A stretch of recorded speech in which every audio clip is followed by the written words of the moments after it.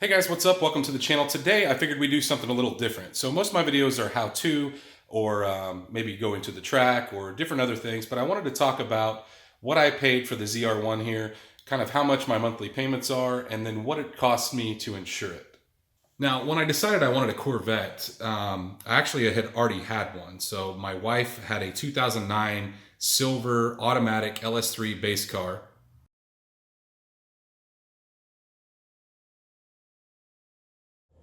Ultimately, I think that's what caused me to want to go into a ZR1 or Z06. But at the time, I also had a anniversary Camaro convertible,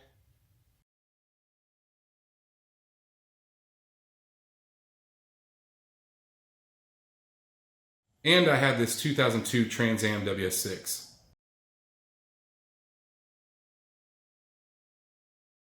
Now, in order to buy a Corvette, I needed to get rid of at least one car.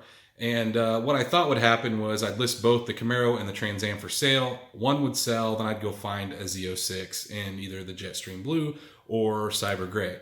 And listed both cars for sale. Somebody came and bought the Trans Am on a Saturday, and then I got a call Saturday night, and somebody came and bought the Camaro on Sunday morning. So back-to-back cars gone.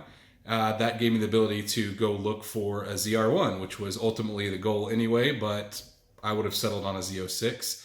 So when I started looking for a ZR1, I looked several places. I noticed the prices, they ranged anywhere from 60,000 for one with super high miles all the way up to, $80,000, $90,000, and I just wasn't willing to pay that much. The color that I wanted, they only ran from 2009 to 2011, which is the Jetstream Blue. The Cyber Gray, they ran more years, but ultimately this is the color that I wanted. I found it on a lot in southeast Missouri, which is about 4 hours from my house, and gave them a call. They were asking $65,000 for the car. Set up a time. We drove down there and looked at the car, and ultimately this is what I was looking for. Did have a few chips in the front splitter. I was able to negotiate them down to 62.5, and that is what I ended up paying for the car.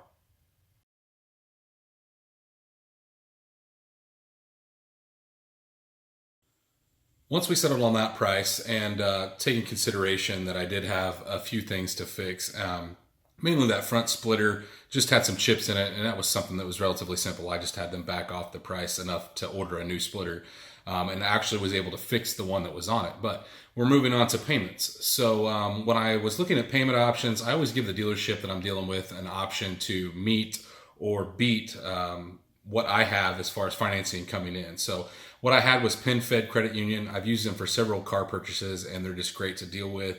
Super easy, and they have great rates. And really, they're kind of hard to beat when it comes to dealerships. But sometimes I've had the dealer beat it, especially on new cars. But of course, this one was 6 years old at the time that I purchased it. I've had it for a little bit now.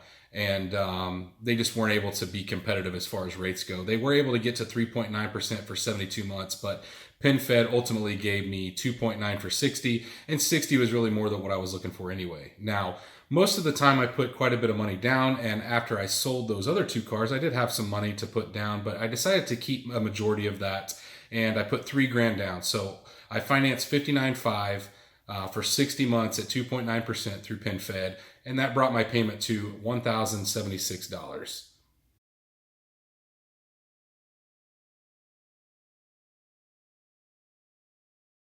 So last, insurance. And this was something that I struggled with because I did have the Camaro insured through like a collector policy at just a set value.